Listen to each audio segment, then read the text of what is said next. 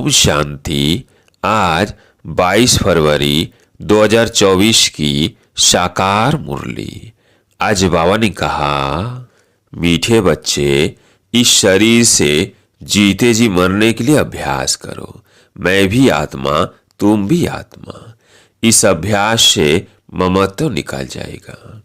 प्रश्न, सबसे ऊंची मंजिल कौन सी है? उस मंजिल को प्राप्त करने वालों की निशानी क्या होगी? उत्तर, सभी देहधारियों से ममत्व टूट जाए, सदा भाई भाई की स्मृति रहे। यही है ऊंची मंजिल। इस मंजिल पर वही पहुंच सकते हैं जो निरंतर देही अभिमानी बनने का अभ्यास करते हैं। अगर देही अभिमानी नहीं तो कहीं न कहीं फंसते रहेंगे, या अपने शरीर में या किसी न किसी मित्र संबंधी के शरीर में। उन्हें कोई की बात अच्छी लगेगी या कोई का शरीर अच्छा लगेगा। ऊंची मंजिल पर पहुंचने वाले जिस्म यानी देह से प्यार कर नहीं सकते। उनका शरीर का भान टूटा हुआ होगा। ओम शांति। रूहानी बाप रूहानी बच्चों को कहते हैं, देखो, मैं तुम सभी बच्चों को आप समान बनाने आया हूं। अब बाप आप समान बनाने कैसे आएंगे? वह निराकार। कहते हैं, मैं निराकार हूं। तुम बच्चों को आप समान अर्थात निराकारी बनाने, जीते जी मरना सिखलाने आया हूं। बाप अपने को भी आत्मा समझते हैं ना। इस शरीर का भान नहीं है। शरीर में रहते हुए भी शरीर का भान नहीं है। यह शरीर उनका तो नहीं है ना। तुम बच्चे भी इस शरीर का भान निकाल दो। तुम आत्माओं को ही मेरे साथ चलना है। यह शरीर जैसे मैंने लोन लिया है, वैसे आत्माएं भी लोन लेती है पाठ बजाने लिए। तुम जन्म जन्मांतर शरीर लेते आए हो। अब जैसे मैं जीते जी इस शरीर में हूं, परंतु हूं तो न्यारा अर्थात मरा हुआ। मरना शरीर छोड़ने को कहा जाता है। तुमको भी जीते जी इस शरीर से मरना है। मैं भी आत्मा, तुम भी आत्मा। तुमको भी मेरे साथ चलना है या यहीं बैठना है। तुम्हारा इस शरीर में जन्म जन्मांतर का मोह है। जैसे मैं अशरीरी हूं, तुम भी जीते जी अपने को अशरीरी समझो। हमको अब बाबा के साथ जाना है। जैसे बाबा का यह पुराना शरीर है, तुम आत्माओं का भी यह पुराना शरीर है। पुरानी जूती को छोड़ना है। जैसे मेरा इसे ममत्व नहीं है, तुम भी इस पुरानी जूती से ममत्व निकालो। तुमको ममत्व रखने की आदत पड़ी हुई है, हमको आदत नहीं है। मैं जीते जी मरा हुआ हूं, तुमको भी जीते जी मरना है। मेरे साथ चलना है तो अब ये प्रैक्टिस करो। शरीर का कितना भान रहता है, बात मत पूछो। शरीर रोगी हो जाता है तो भी आत्मा उसको छोड़ती नहीं है। इसे ममत्व निकालना पड़े। हमको तो बाबा के साथ जाना जरूर है। अपने को शरीर से न्यारा समझना है। इसको ही जीते जी मरना कहा जाता है।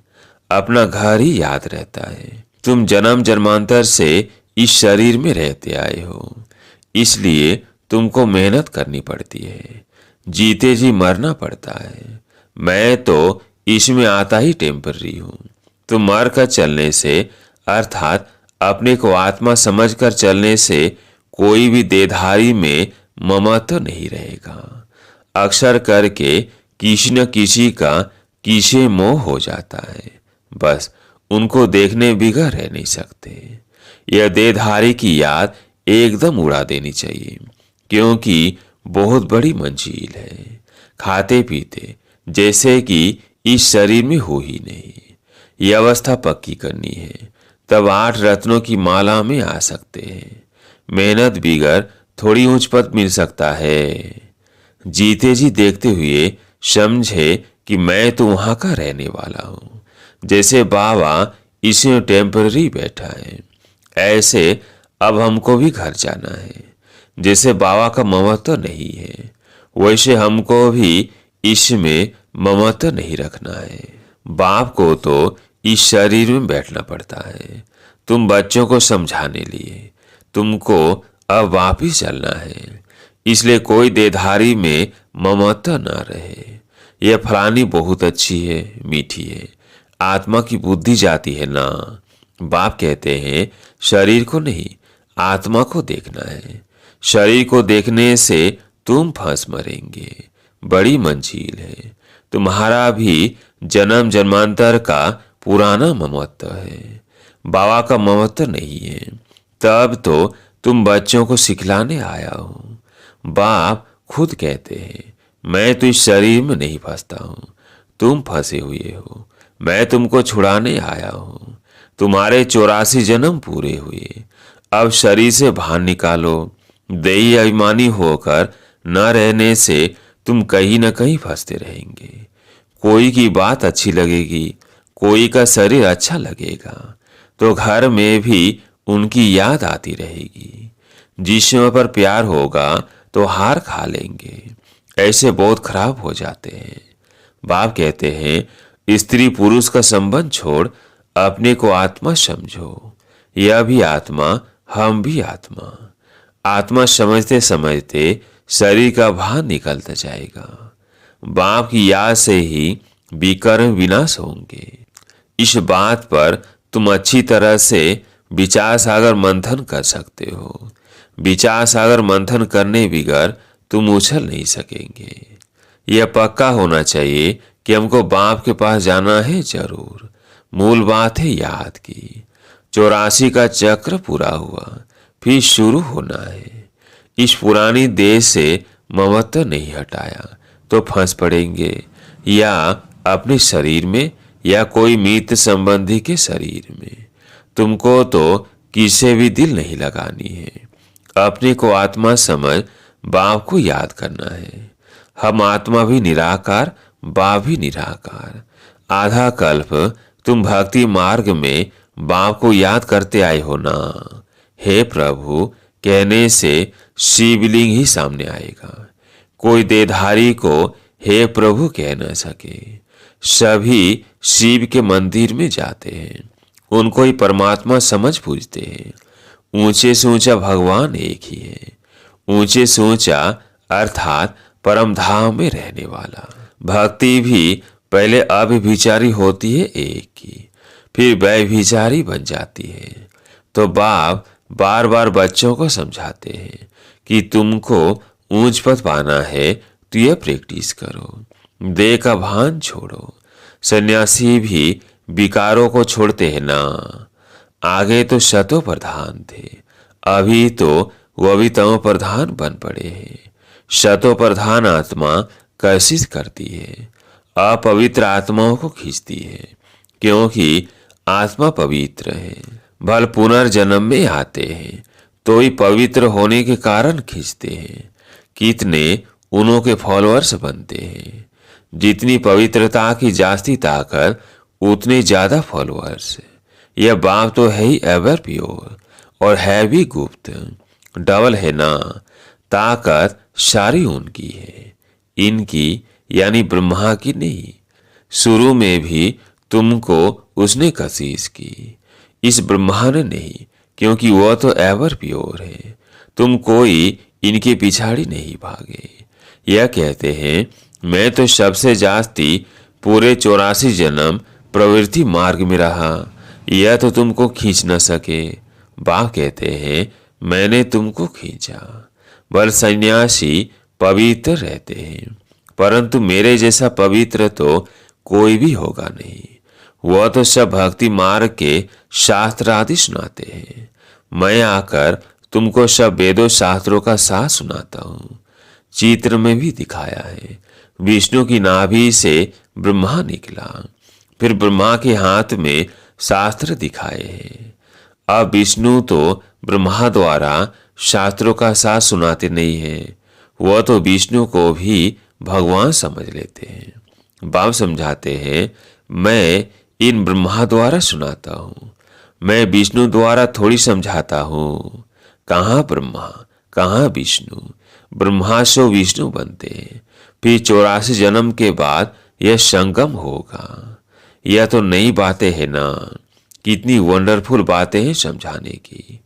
अब तो बाप कहते हैं, बच्चे जीते जी मरना है, तुम शरीर में जीते हो ना, समझते हो हम आत्मा है, हम बाबा के साथ चले जाएंगे। ये शरीर आदि कुछ भी ले नहीं जाना है। अब बाबा आया है, कुछ तो नई दुनिया में ट्रांसफर कर दे। मनुष्य दान पुण्य आदि करते हैं दूसरे जन्म में पाने के लिए। तुमको भी नई दुनिया में मिलना है। यह भी करेंगे वही जिन्होंने कल पहले किया होगा। कम जास्ती कुछ भी होगा नहीं, तुम साक्षी होकर देखते रहेंगे। कुछ कहने की भी दरकार नहीं रहती। फिर भी बाप समझाते हैं, जो कुछ करते हैं तो उसका भी अहंकार नहीं आना चाहिए। हम आत्मा ये शरीर छोड़कर जाएंगे, वह नई दुनिया में जाकर नया शरीर लेंगे। गाया भी जाता है, राम गयो रावण गयो। रावण का परिवार कितना बड़ा है, तुम तो मुट्ठी भर हो। ये सारा रावण संप्रदाय है, तुम्हारा राम संप्रदाय कितना थोड़ा होगा, 9 लाख। तुम धरती के सितारे हो ना, माँ बाप और तुम बच्चे। तो बाप बार बार बच्चों को समझाते हैं कि मर्जीवा बनने की कोशिश करो। अगर किसको देखकर बुद्धि में आता है यह बहुत अच्छी है, बहुत मीठा समझाती है। यह भी माया का वार होता है, माया ललचा देती है। उनकी तकदीर में नहीं है तो माया सामने आ जाती है। कितना भी समझाओ तो गुस्सा लगेगा।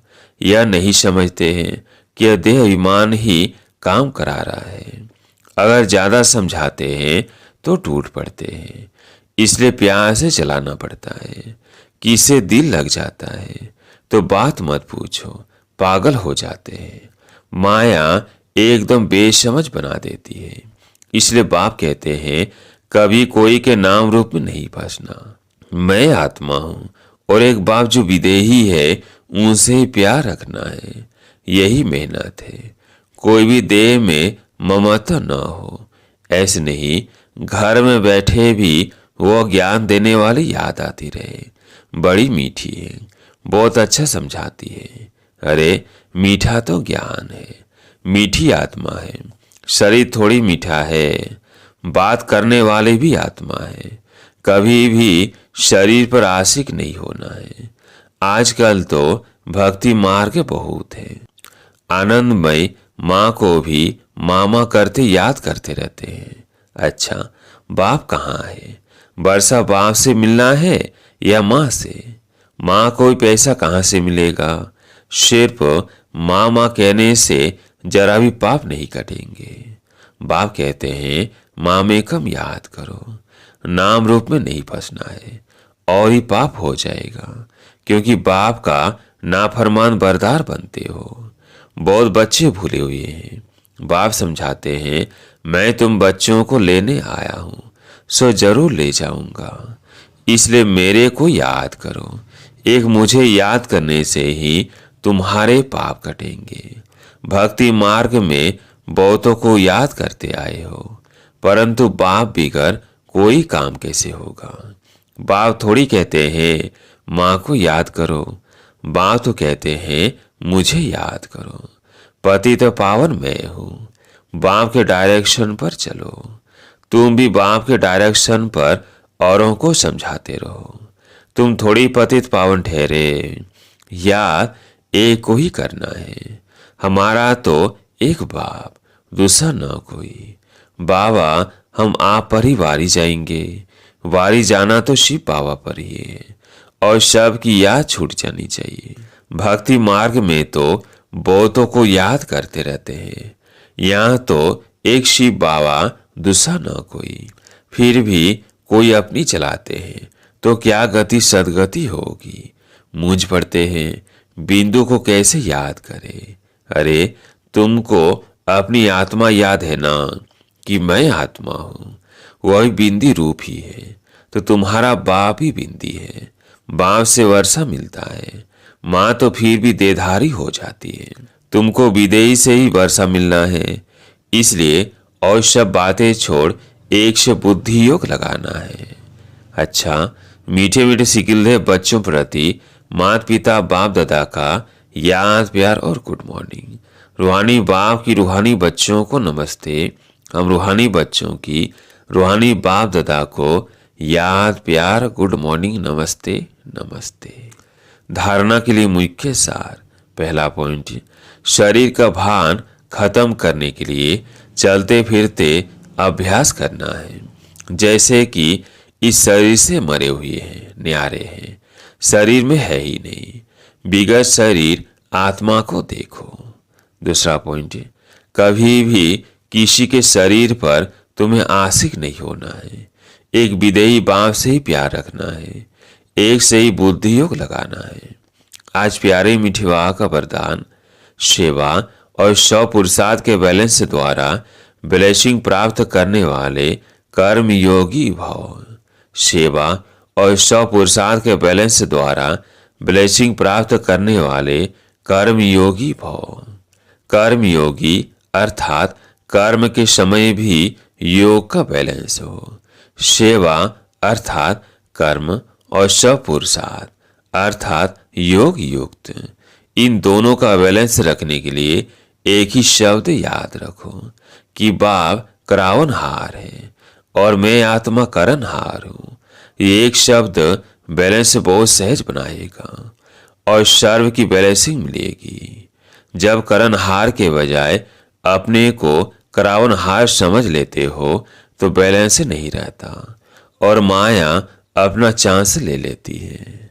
स्लोगन, नजर से निहाल करने की सेवा करनी है तो बाप दादा को अपनी नजरों में संभालो।